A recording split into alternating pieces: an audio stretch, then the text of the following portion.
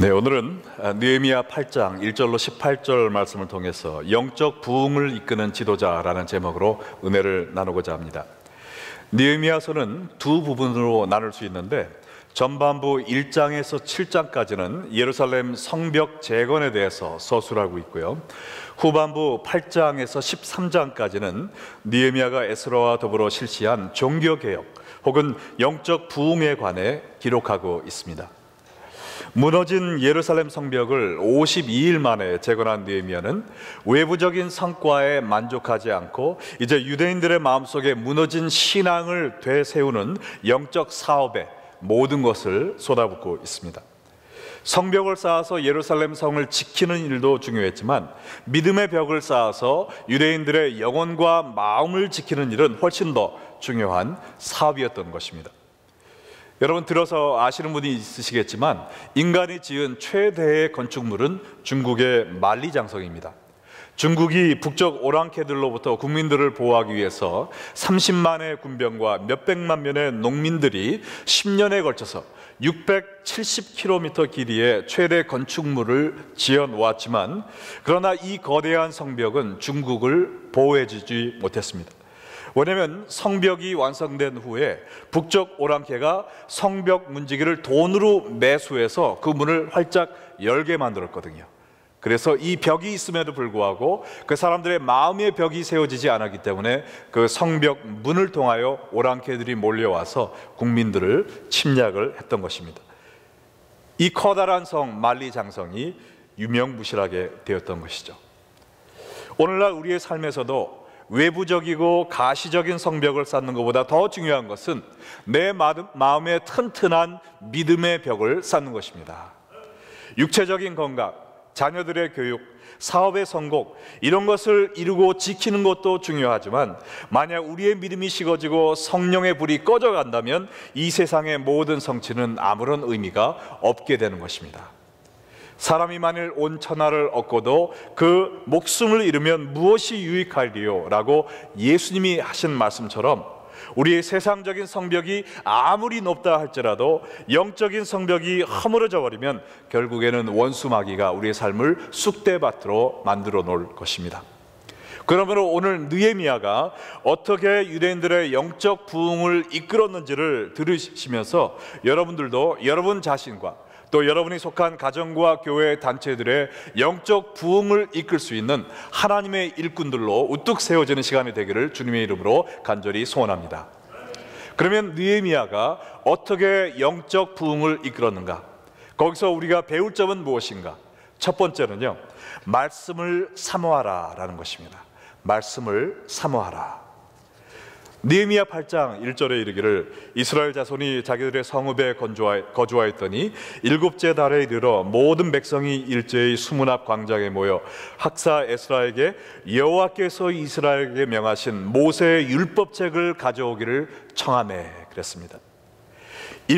일곱째 달에 이르렀다 그랬는데, 이스라엘 달력으로 7월 1일은 태양력으로는 9월 중순을 이야기하고요, 나팔절이라는 유대인의 절기인데 이날은 바로 이스라엘의 설날입니다. 새해가 시작되는 날입니다.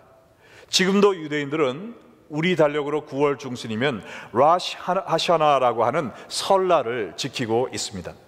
이 나팔절은 무엇이냐면은 하루 종일 나팔을 불면서 이제 새해가 시작된 것을 기뻐하는 날입니다. 예수님이 재림하실 때도 어떤 일이 있다고 그랬죠? 하나님의 나팔 소리가 이 창공에 울려 퍼질 것이라고 그랬습니다. 그 나팔 소리와 함께 이제는 새 시대가 열리는 것입니다. 우리가 영원한 하늘나라에서 하나님과 영원히 함께 사는 그 새 시대가 열릴 때 하나님의 나팔 소리가 그 장을 여는 것처럼, 매해 새해가 시작될 때마다 이스라엘 백성들은 나팔을 불면서 새해가 시작되었다라는 것을 온 세상에 알리곤 했습니다. 이날은 특별히 더 새로운 날이었습니다. 왜냐하면 그동안 바벨론에서 포로 생활을 마치고 고향 땅 예루살렘에 돌아와서 먼저 스룹바벨을 통해서 성전을 건축하고, 에스라를 통해서 말씀을 재건하고, 이제 느헤미야를 통해서 성벽을 재건한 후에 고향 땅에서 하나님의 백성으로 처음 맞는 새해 첫날이었습니다. 얼마나 기쁜 축복된 날이었겠습니까? 이날 그 백성들이 원한 것이 무엇일까요? 새해가 되었으니까 우리 떡국 먹자, 빨리 세배하고 세뱃돈 받자, 그것을 원한 것이 아니라 오늘 말씀에 보니까 하나님의 말씀에 대한 굶주림을 가졌다고 그랬습니다. 새해 첫날 새벽부터 에스라 제사장님, 저희들에게 하나님의 말씀을 읽어주세요 라고 온 백성이 요구했다고 하였습니다. 2절과 3절에 보면 일곱째 날 초하루에 제사장 에스라가 율법책을 가지고 회중 앞, 곧 남자나 여자나 알아들을 만한 모든 사람 앞에 서서 수문장 앞 광장에서 새벽부터 정오까지 남자나 여자나 알아들을 만한 모든 사람 앞에서 읽음에 뭇 백성이 그 율법책에 귀를 기울였는데 그랬습니다. 일곱째 달 초하루에 설날입니다. 모든 사람이 몇 시에 모였냐? 새벽부터 정오까지 모여서 말씀을 들었다고 했습니다. 해가 6시에 떴다면 새벽 6시부터 12시까지 장장 6시간 동안 계속해서 말씀을 들었다는 것입니다. 말씀을 얼마나 사모했으면 새해 첫날부터 아침도 먹지 않고 큰 광장에 모여서 하나님의 말씀으로 영적인 배를 채우는 이러한 행사를 가졌겠습니까? 그것도 전화 체크하면서 이메일 들어왔나 보면서 하는 것이 아니라 여기 보면 마지막에 뭐라 그랬습니까? 뭇 백성이 그 율법책에 귀를 기울였느니라.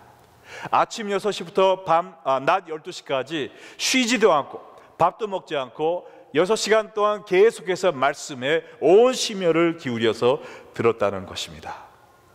여러분, 만약 오늘 제가 설교를 6시간을 했다, 그러면 우리 교회 예배에 어떤 일이 벌어질까요? 한 50분이 지나면서 시간을 보는 사람들이 점점 생겨나겠죠. 저 뒤에 계신 분들이 1시간이 지나면서 목사님 점심 먹을 시간 지났어요 얘기하는 분이 생겨나겠죠. 1시간 반 지나면은 슬그머니 한 분씩 성경책을 들고 나가는 분이 생길 겁니다. 한 2시간 지나면 그때까지 앉아 계실 분이 있을지 모르겠어요. 한 3시간 지나면 아마 다른 방에서 우리 목사님이 정신이 이상해지셨으니까 우리 통성기도를 하자, 아마 기도회가 시작될지 모릅니다. 6시간 동안 이 자리에 앉아서 제 설교를 들을 분이 계실지 모르겠어요.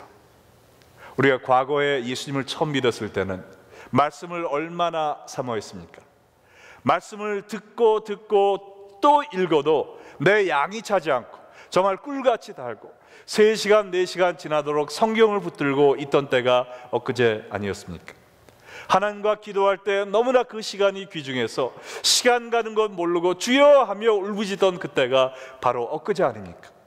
근데 우리가 신앙생활 하면서 하나님을 향한 그 첫사랑을 잊어버리고 설교가 짧을수록 더 은혜롭다 그러고 예배가 1시간만 지나가면 곧 세상에 종말이 올 것처럼 안절부절하는 사람들이 되어가고 있진 않습니까? 여러분, 영적 부흥을 소망하십니까? 그러면 제일 먼저 말씀을 사모하는 심정을 가지시기 바랍니다. 1년 성경 통독표 우리 1월 1일에 많은 분들이 시작했는데 지금 많은 분들이 뒤처지셨어요. 그러나 끝까지 뒤처지지 말고 말씀 읽는 일에 정진하시기 바랍니다. 매 월마다 우리가 새벽 이슬을 만들어서 여러분들이 하나님의 말씀을 큐티를 교재를 가지고 묵상하시도록 돕고 있는데, 여러분 새벽 이슬 열심히 날마다 말씀을 묵상함으로 말씀 안에 살아계신 하나님을 만나시기 바랍니다. 금요 미스바 찬양 기도회, 우리가 정말로 말씀과 찬양과 기도회를 통해 오순절 마가의 다락방에 있었던 그 성령의 영광로를 경험하는 뜨거운 그러한 예배를 드리고 있는데 많은 분들이 오지 못하는 걸 보면서 얼마나 안타까운지 모르겠어요. 우리가 말씀에 사모하는 마음을 가지고 말씀 들을 수 있는 시간에는 우리가 죽지 않을 정도면 와서 말씀을 들어야 되는 그런 신앙을 고수해야 될 줄로 믿습니다. 우리 교회가 더 높은 믿음의 성을 쌓기 위해서는 더 깊은 말씀과 기도의 뿌리를 내려야 될 줄로 믿습니다. 주일 오전 성경 세미나와 주중 제자학교 열심히 나오셔서 하나님의 말씀에 굶주린 심령을 가지고 살아가는 여러분과 제가 되기를 축원합니다. 하나님께 참 감사한 것은 우리 교회에 오시면서 말씀을 사모하게 되었다라는 간증을 많이 듣는 것입니다. 많은 분들이, 특별히 새로 나오신 분들 가운데 간증을 나누시면서, 목사님, 주일 예배가 좀 전에 끝났는데 다음 주일 예배가 벌써 기다려져요. 수요일만 되면 교회 가고 싶은 마음이 막 생겨납니다. 옛날에는 하나님의 말씀을 들어도 제 마음에 들어오지 않았는데 이제는 말씀이 귀로 들어와요. 말씀이 너무나 꿀같이 달아졌어요. 그러한 간증하는 분들이 점점 더 많이 생겨나는 것을 보면서 하나님께서 우리 교회에 영적인 부흥을 주실 준비를 하고 계신다고 믿습니다. 이번 제자 학교도 가을 학기가 이번 주로 마쳤습니다. 97명이 되는 분이 10주의 제자 훈련을 마치셨는데 전부 다 간증문을 쓰셨어요. 그 간증문을 통해서 말씀을 사랑하고 말씀을 통해서 변해져가는 자기의 모습을 보면서 깜짝 놀란다고 눈시울을 붉히면서 간증하는 분들이 많으셨습니다. 우리가 다음 주일과 그 다음 주일에 걸쳐서 2주간의 수료식을 하고 또 간증을 들을 때 여러분 그 간증을 통해서 여러분의 마음속에도 말씀을 사랑하는 그러한 새로운 귀한 마음이 생겨나기를 주님의 이름으로 간절히 기도합니다. 그때 학사 에스라가 특별히 지은 나무 강단에 서고 그의 곁 오른쪽의 선자는 마띠디아와 스마와 아나냐와 우리야와 힐기야와 마야세예요. 그의 왼쪽의 선자는 브다야와 미사엘과 말기야와 하순과 아스바다나와 스가랴와 무슬람이라. 이 말씀을 읽기 전에 에스라와 또 제사장들이 올라설 큰 강단을 만들었습니다. 오른쪽으로 6명, 왼쪽으로 7명, 에스라까지 해서 14명이 올라갈 수 있는 높은 강대상을 제작을 했는데요, 이 강대상은 원어로 보면은 망대, 타워라고 했습니다.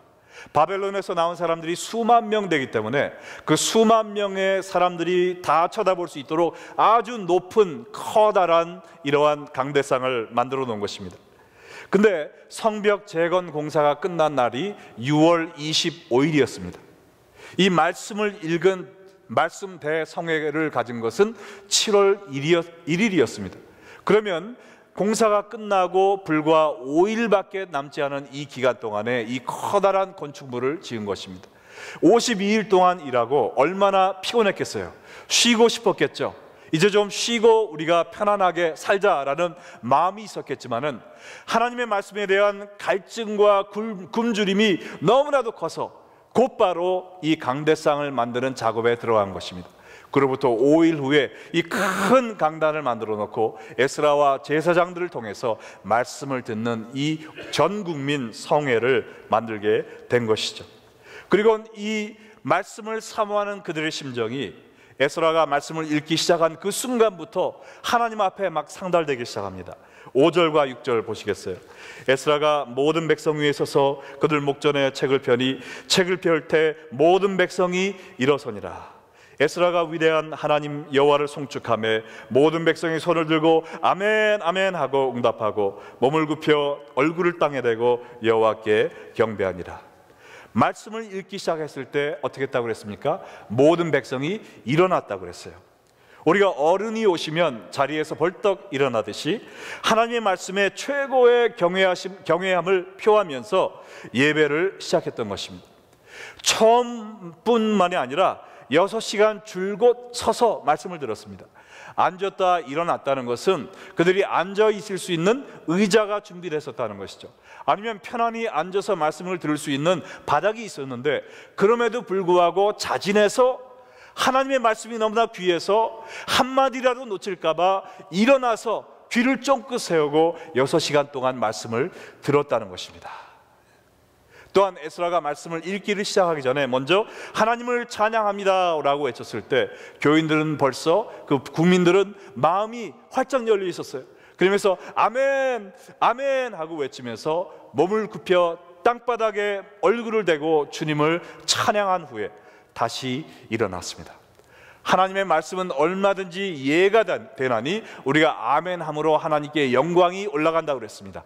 그래서 주일 설교 말씀이 선포될 때마다, 여러분이 말씀을 읽을 때마다 아멘 아멘 화답하시는 여러분 되시기를 주님의 이름으로 축원합니다. 네. 이렇게 큰 아멘은 제가 처음 들어보네요. 네. 제가 에티오피아 가니까요, 지금도 이렇게 말씀을 사모하는 사람들이 있더라고요. 제가 3,000명 모이는 교회에 설교를 해달라고 그래서 갔어요. 근데 건물이 그냥 세면 블락으로 이렇게 쌓아놓고 양철 지붕이 있고 그 다음에 창문도 없는 그러한 허름한 큰 빌딩인데 거기에 한 2,000명 이상 들어갈 수가 없어요. 나머지 1,000명은 어디 있나 보니까 들어오지 못한 사람들이 그 교회당 주위로 발을 이렇게 세우고 귀를 기울이면서 1,000명이 밖에서 듣고 있는 것입니다. 제가 통역까지 써서 설교했기 때문에 시계를 보니까 1시간 반을 설교를 했어요. 그럼에도 불구하고 전혀 움직이는 사람이 없었습니다. 시계 보는 사람 하나 없었어요. 저는 말씀을 마치고 다른 스케줄이 있어서 나와야 됐는데 나오면서 제가 물어봤습니다. 여러분들 예배를 몇 시간 드리십니까? 제가 너무 길게 한 거 아닙니까? 그랬더니 저를 데려간 사람이 씩 웃으면서 문제 없습니다. 저희는 오전 9시에 예배를 시작해서 오후 5시에 끝납니다. 하루에 8시간을 예배를 드린다는 거예요. 말씀을 얼마나 사모하는지 자기네 교회 건물도 없습니다. 남의 교회 건물을 빌려서 주일날엔 못하고 토요일날에 모이는데 말씀을 사랑하는 사람들이 모이니까 2,000명, 3,000명 부흥이 일어나는 거예요. 중간에 딱 30분 휴식 주면 자기네들이 도시락 싸온 거 먹고 계속 토요일날 모여서 하나님을 찬양하며 기도하면서 말씀 듣고 또 서로 위해서 기도하고 말씀 듣고 8시간을 매주 섬기는 그 교회에 부흥이 뜨겁게 일어나는 것을 보았습니다. 여러분은 하나님의 말씀을 얼마나 사모하고 계십니까? 하나님의 말씀에 얼마만한 갈증을 느끼고 계십니까? 그 당시에는 제사장들이 성경을 읽어줘야 들을 수 있었지만 지금은 우리가 말씀의 홍수 속에 살고 있습니다. 여러분 집안에만 성경책이 몇 권씩 있으시잖아요. 라디오만 틀어도 한국 설교, 영어 설교 얼마든지 나옵니다. 인터넷에 들어가면 세계적으로 유명한 목사님들 설교를 다 들을 수가 있어요. 책방에 가면은 신앙 서적이 쌓여 있습니다. 넘쳐납니다. 그럼에도 불구하고 물속에서 메말라 죽는 물고기와 같이 여러분이 나는 하나님의 말씀을 듣지 못해서 내 영혼이 메말라 갑니다 라고 지금 생각하고 있는 분은 안 계십니까? 말씀이 없어서 여러분의 영혼이 메말라 가는 것이 아니죠. 말씀을 향한 굶주림이 없기 때문에, 말씀을 향한 소원과 갈증이 없기 때문에 여러분이 물속에서도 목말라 죽는 그러한 생활을 하고 있지는 않습니까? 영적인 부흥은 말씀을 사랑하는 데서 생깁니다. 여러분 말씀에 대한 사모하는 이 마음을 다시 한번 뜨겁게 받는 오늘 이 시간 되기를 주님의 이름으로 축원합니다. 아멘. 두 번째로 영적인 부흥을 경험하기 위해서는 말씀을 듣는 것으로 끝나는 것이 아니라 말씀 앞에 통회해야 됩니다. 말씀 앞에 통회하라. 느헤미야 8장 7절로 9절에 보면 예수아와 바니와 세레바와 야민과 악국과 세부대와 호디아와 마아세야와 그라다와 아사리아와 요사박과 하난과 블레아와 레위 사람들은 백성이 제자리에 서 있는 동안 그들에게 율법을 깨닫게 하였는데 하나님이 율법책을 낭독하고 그 뜻을 해석하여 백성에게 그 낭독하는 것을 다 깨닫게 하니 백성이 율법의 말씀을 듣고 다 우는지라. 에스라가 히브리어로 된 구약 성경을 낭독을 했는데요, 거기에 모였던 많은 유대인들은 그 말씀을 이해하지 못했습니다. 왜냐하면 바벨론에서 150년간 살면서 히브리어를 잊어버리고 거의 모든 사람이 아람어를 쓰고 있었습니다. 그래서 에스라가 히브리어로 성경을 낭독해주면 그 주위의 레위인들이 아람어로 번역을 해주고 또한 그 뜻을 설명해 가면서 해석해 주면서 백성들이 그 하나님의 말씀을 깨닫게 해주신 것입니다. 하나님의 말씀을 듣고 깨달으면서 백성들에게는 공통적인 반응이 일어났는데 모든 백성들이 다 울기 시작했다는 것이죠. 이 이스라엘 사람들은 우리 한국 사람들처럼 한이 많고 눈물이 많은 사람들이었습니다. 그동안 바벨론에서 포로 생활을 하면서 여러 가지 학대와 서러움을 당하며 서러운 눈물을 흘렸을 것입니다. 예루살렘에 돌아와서도 이방 민족의 멸시와 천대를 받으면서 고통의 눈물을 흘렸을 것입니다. 그러나 이 나팔절에 흘린 눈물은 나의 힘든 처지를 생각하며 흘린 괴로운 눈물이 아니라 하나님의 말씀 앞에서 자신의 죄를 돌이켜봄으로 회개하는 값진 회개의 눈물이었던 것입니다. 창세기 말씀을 들으면서 하나님께서 자기들의 조상 아브라함을 택하셔서 우리에게 이 복음을 온 세상에 퍼뜨리라는 사명을 주셨는데 우리가 그 사명을 망각하고 내 기쁨과 영광과 만족을 위해 살았었구나, 그것을 깨닫고 가슴을 치며 회개했을 것입니다.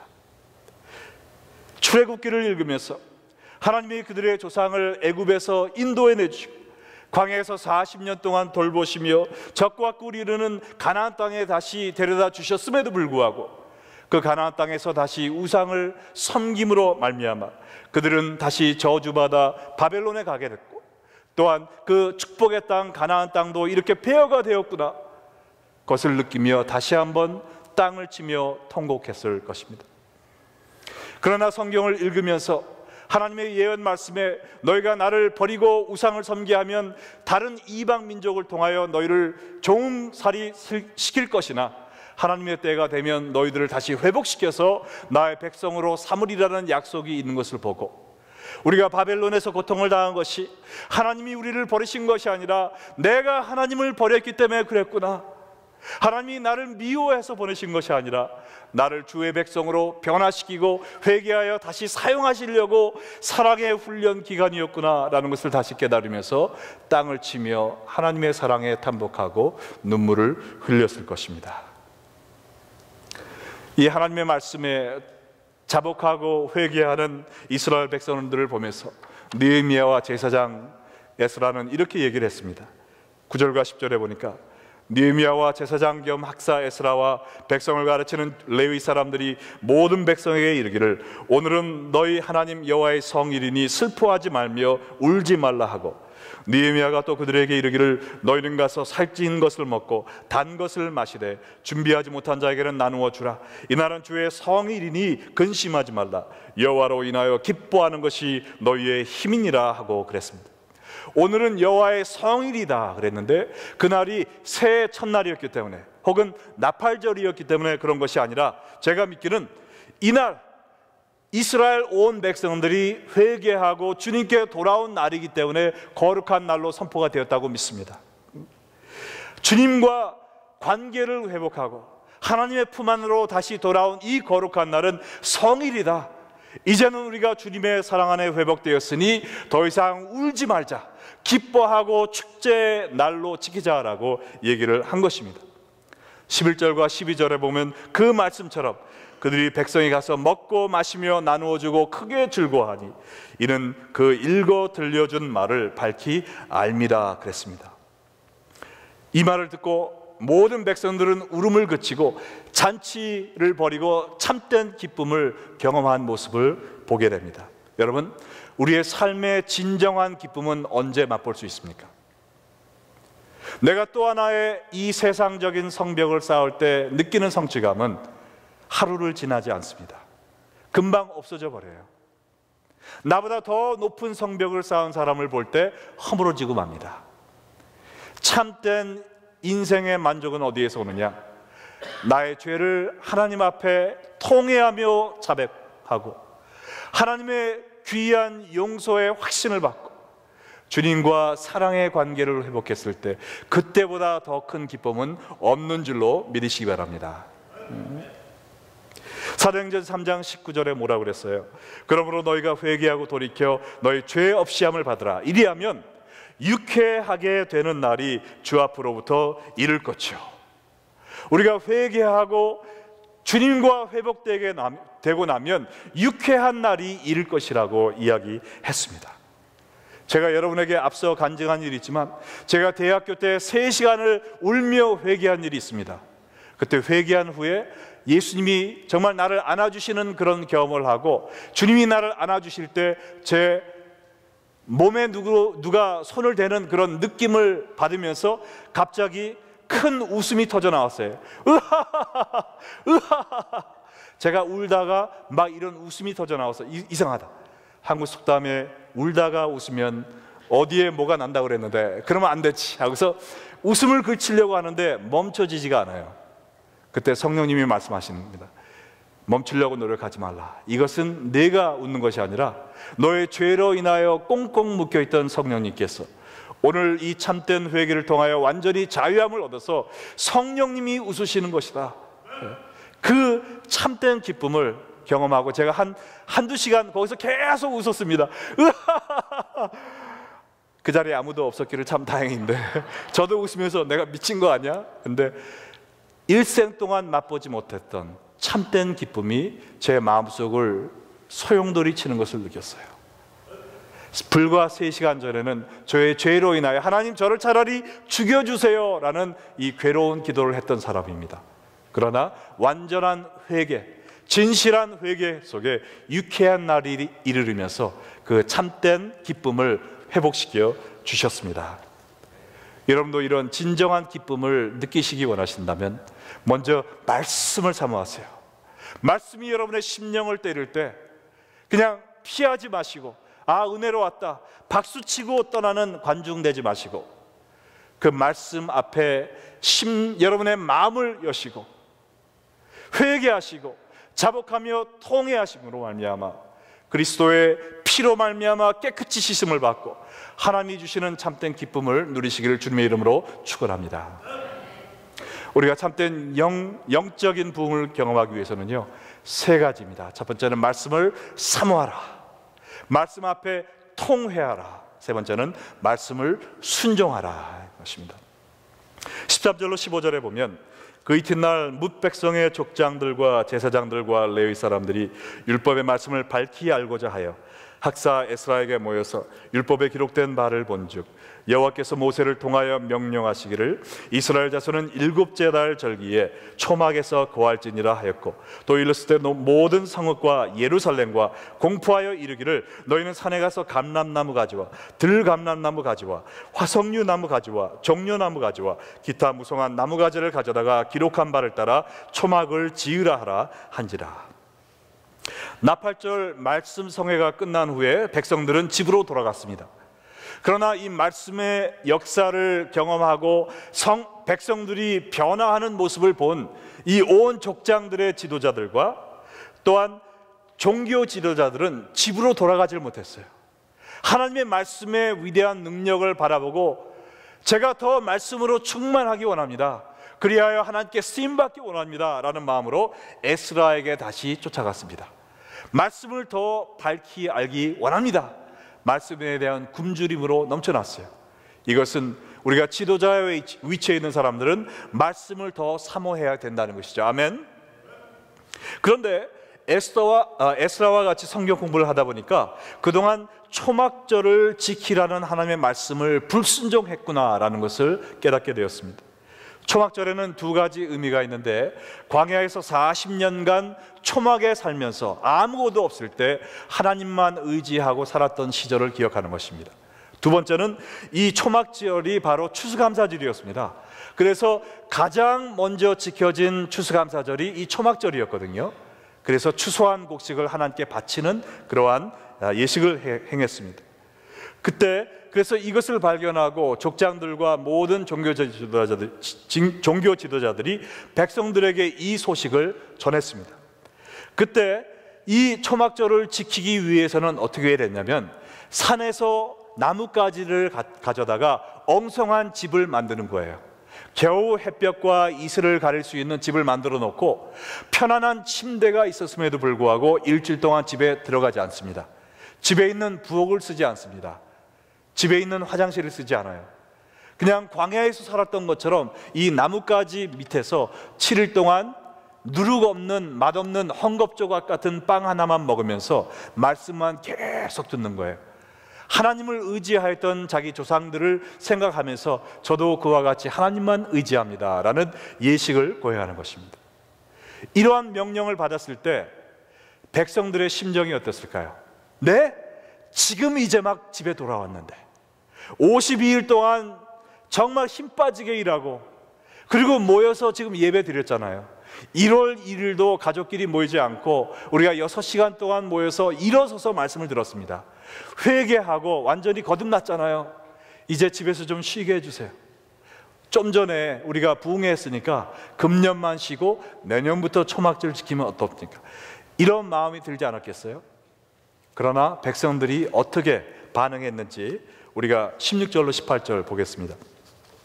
백성들이 이에 나가서 나뭇가지를 가져다가 혹은 지붕 위에 혹은 뜰 안에 혹은 하나님의 전뜰에 혹은 숨은 광장에 혹은 에브라임 문 광장 초막에 짓되 사로잡혔다 돌아온 회중이 다 초막을 짓고 그 안에서 관이 눈의 아들 여호수아 때로부터 그날까지 이스라엘 자손이 이같이 행한 일이 없었으므로 이에 크게 기뻐하며 에스라는 첫날부터 끝날까지 날마다 하나님의 율법책을 낭독하고 무리가 이레 동안 절기를 지키고 8째 날에 규례를 따라 성회를 열었느니라. 정말 피곤한 몸이었지만 며칠 좀 푹 잤으면 좋겠다 하는 마음이 굴뚝처럼 솟아올랐지만 이런 방구 없이 하나님의 말씀을 순종했습니다. 밖에 나가서 편안한 집을 놔두고 나뭇가지를 엮어서 7일 동안 거기서 거했어요.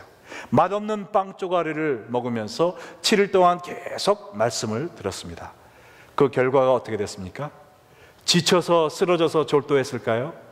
아니죠. 여기 보니까 그들이 크게 기뻐하며 그랬습니다.